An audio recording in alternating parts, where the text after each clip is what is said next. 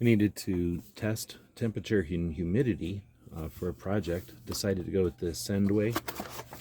Let's open it up. We've got the instruction manuals here, which will be handy. We've got the unit itself. We'll look in the side here. It'll take 3 AAA batteries. And when we turn it on, we get the temperature and we get the humidity. Of course, we can change things like the degrees to Fahrenheit.